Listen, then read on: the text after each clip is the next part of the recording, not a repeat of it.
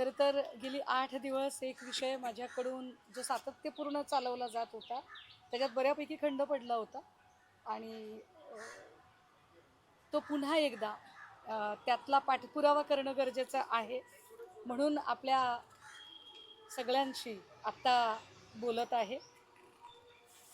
खरं तर 16-17 तारखेला खरातला अटक झाली, त्याच्या 1-2 दिवस आधी SIT स्थापन झाली होती। या अटकेच्या नंतर साधारणतः 18 तारखेपासून आम्ही सातत्यानं या विषयातले अनेक कंगोरे लोकांपुढे आणि एकूण माध्यमांपुढे आणायचा प्रयत्न केला। आज 16 तारीख आहे, म्हणजे या घटनेला तब्बल 1 महिना पूर्ण होत आहे।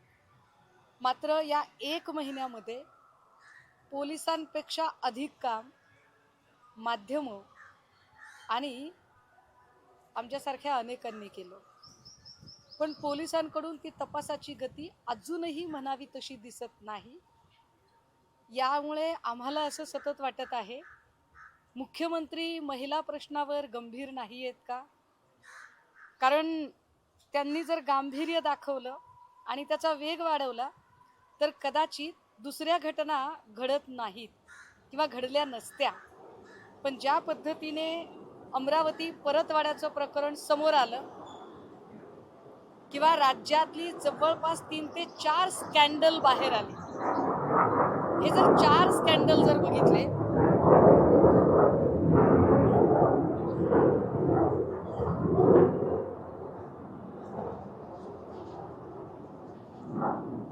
हे जर 4 स्कॅन्डल जर बघितले, ज्या अर्थी तुम्ही खरात प्रकरणावर गंभीर नसता त्या अर्थी लोकांना तुम्ही एका अर्थाने गुन्हे करण्याची सूट देत आहात का?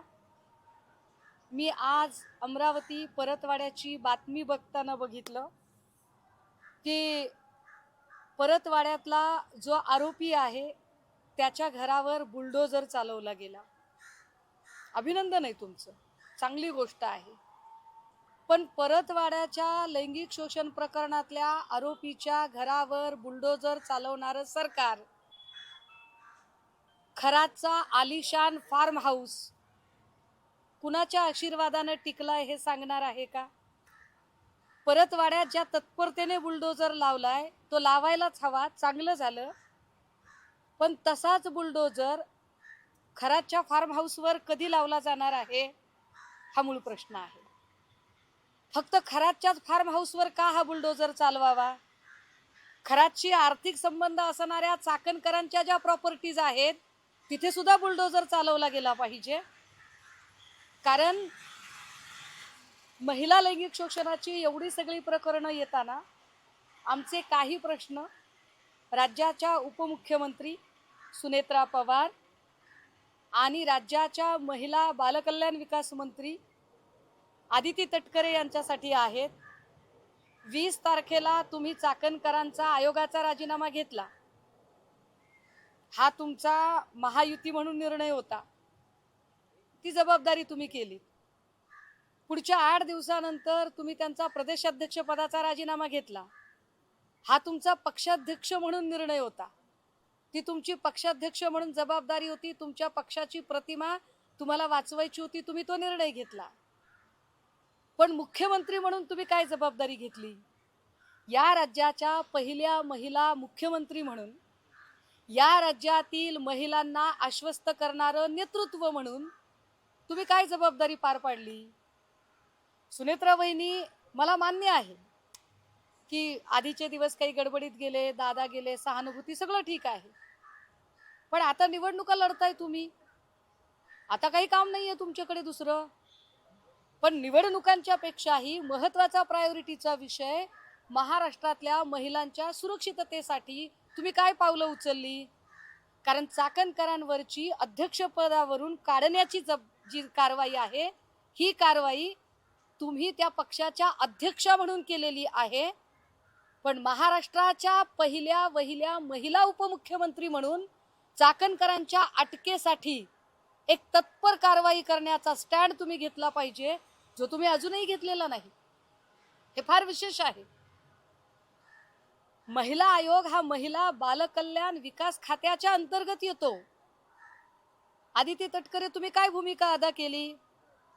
ज्या तटकरे निवडणुकीच्या प्रचारात म्हणताहेत की आम्हाला सुनेत्रा वहिनींना मुख्यमंत्री करायचंय, तुम्ही तुमच्या नेत्यांना काय करायचंय ते करा, त्याच्याबद्दल आम्हाला काही म्हणायचं नाही. पण महिला नेत्या म्हणून आधी तुम्ही सक्षम आहात का ते ठरवा. फक्त नेत्यांची भाटगिरी करणं आणि किती ग बाई मी हुशार, किती ग बाई मी हुशार एवढं करणं थांबवा.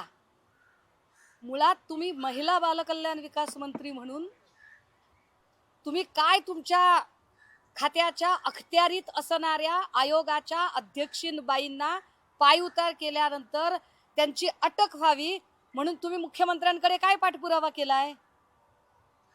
की आम्ही असं समजायचं का की तुम्हाला जिथे मंत्री करणाऱ्या अजितदादांबद्दलच तुम्हाला काही पडली नाही, तर तुम्ही महाराष्ट्रातल्या महिलांची काय तुम्ही कारवाई करणार आहात?